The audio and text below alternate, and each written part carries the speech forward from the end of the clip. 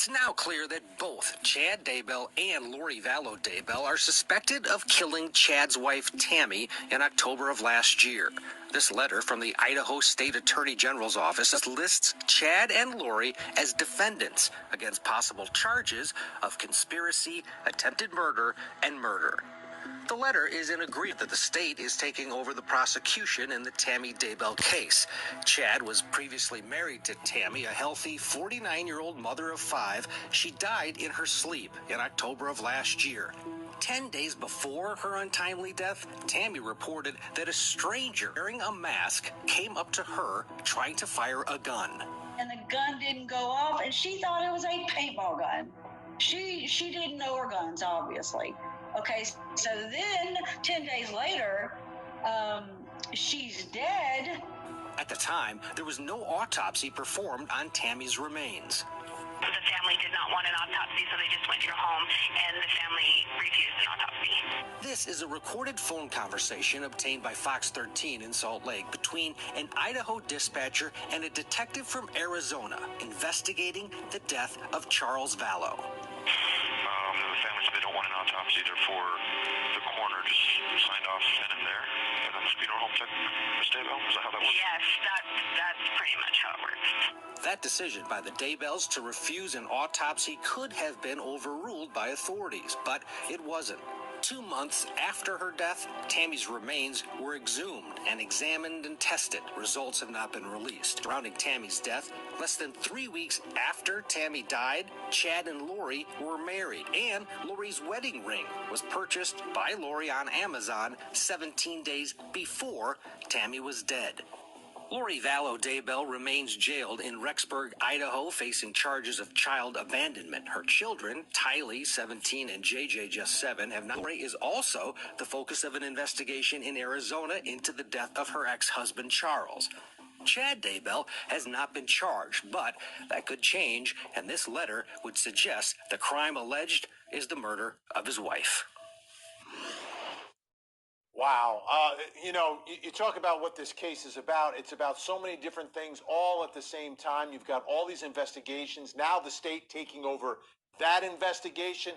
Let me bring in my partners in crime and justice, Seema Iyer, Julie Grant, and Ted Rowland's back with us. Ted, let's start first with the autopsy that wasn't. I mean, when she first dies, she's healthy, 49. She just dies? Makes no sense. Well, and the Daybells at the time, I'm sure Chad leading the way, said, oh, no, we don't need an autopsy. Let's just lay Tammy to rest. The problem is the coroner didn't see anything just time. And so the coroner signed off on that. Ultimately, that decision isn't, of course, up to the family members, but it's up to the coroner. However, if family members are concerned, if family members say, why did this 49-year-old mother of 5 just drop? They could have absolutely pushed for an autopsy. Clearly, they didn't, and most likely Chad was in the driver's seat.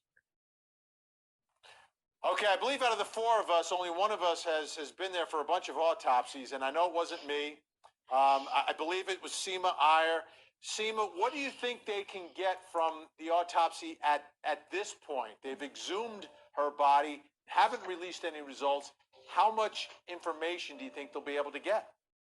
Well, first of all, I just want to point out that getting an autopsy is an excruciatingly traumatic procedure for family members. So when it's not criminally related, I saw this a lot.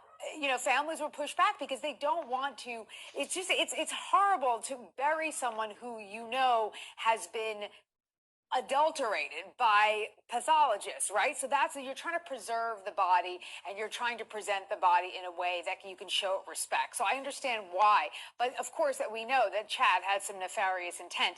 Now that the body has, decomposed significantly, it is a problem because when you conduct an autopsy, okay, you are taking out organs, you are taking pieces of organs to be tested, plus you're taking fluids. So all the fluids from bile to blood, feces, like urine, every single fluid is being tested and all different tissues are being tested. So on its face, you may look at a piece of the liver and say, oh, this looks like a perfectly healthy liver.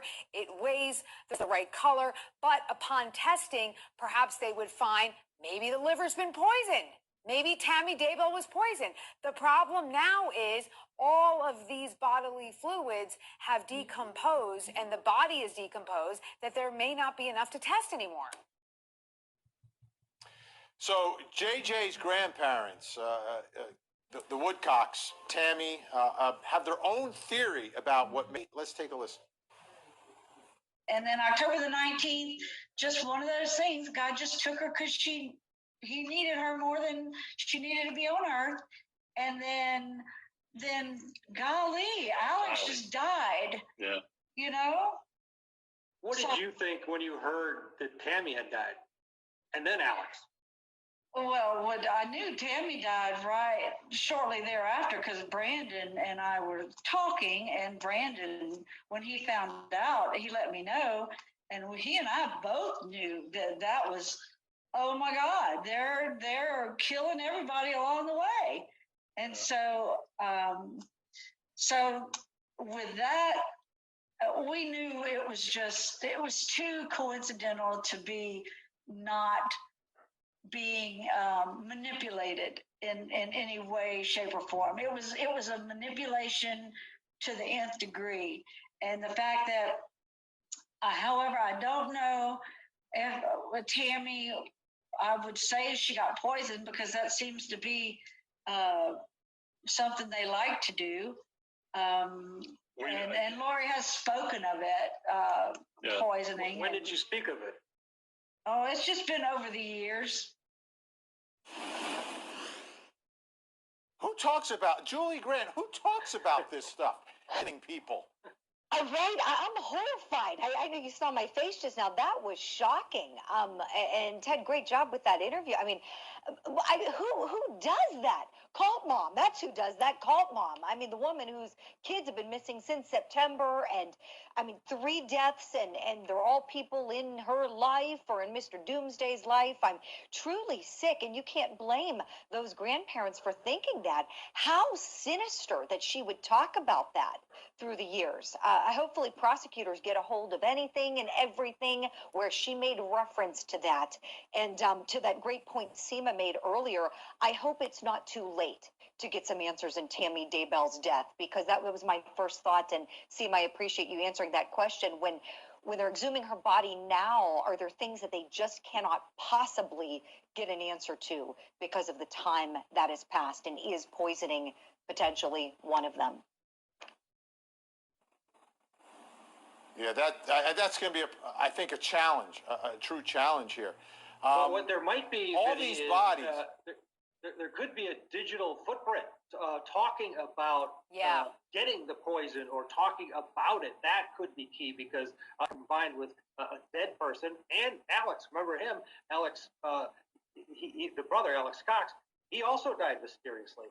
That digital footprint, I think, is going to be key. Charles Vallow, Lori's husband, died, and we know that there were cameras that were worn by the officers who responded to the scene. You mentioned one who supposedly shot and killed Charles Vallow. He said self-defense. Let's take another look at that body cam footage, because it reveals, we're just going to show you 12 seconds now. We got a lot more that we're going to show you later in the week, but it does reveal a lot.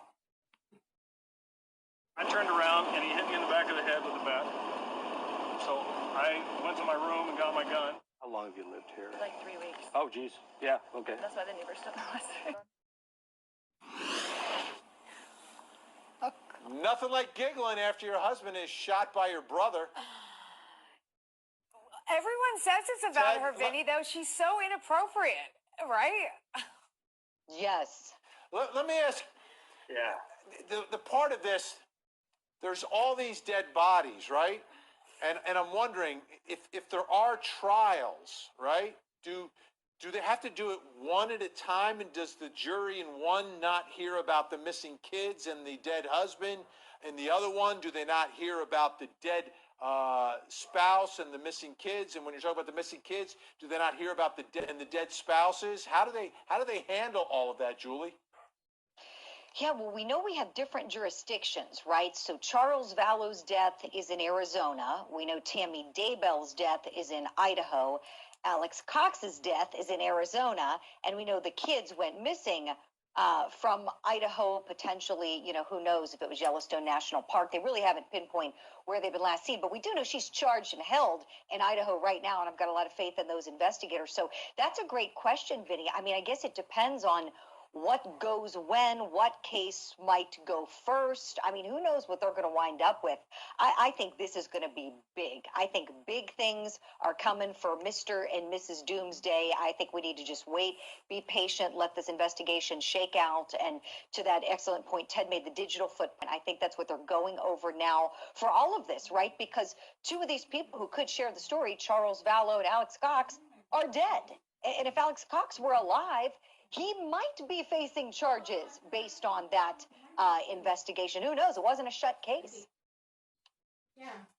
Absolutely. Seema Iyer, Ted Rollins, Julie Grant, thank you all so much. And we begin the news at 6 with this. The mother of two missing children from Rexburg and her husband are being investigated for a number of charges, including murder. The Idaho Attorney General's office is investigating Lori Vallow and Chad Daybell for conspiracy, attempted murder, and murder. Our Gretchen Parsons looked into this and has details now.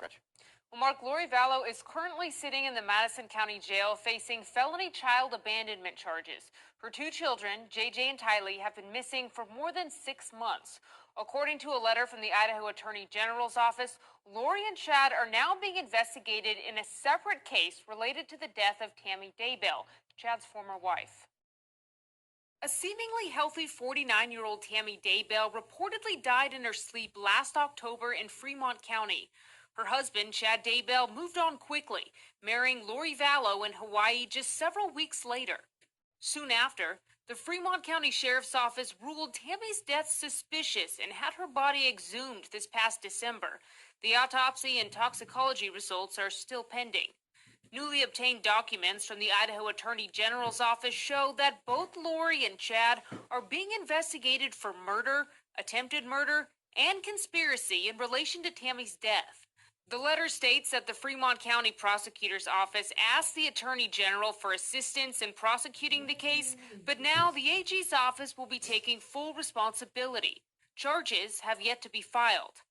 In a separate case out of Madison County, Lori Vallow is facing felony child abandonment charges that stem from her refusing to cooperate with a January court order demanding she produce her children. She's currently in jail.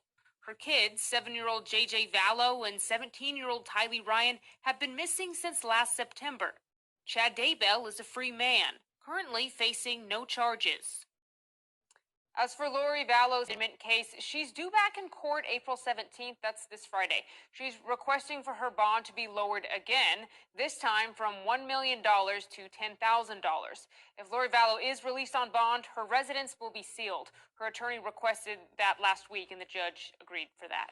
Mark? This is a seemingly unending case. Now that the AG is involved, we'll see if there is some closure. All right, Gretchen, thank you.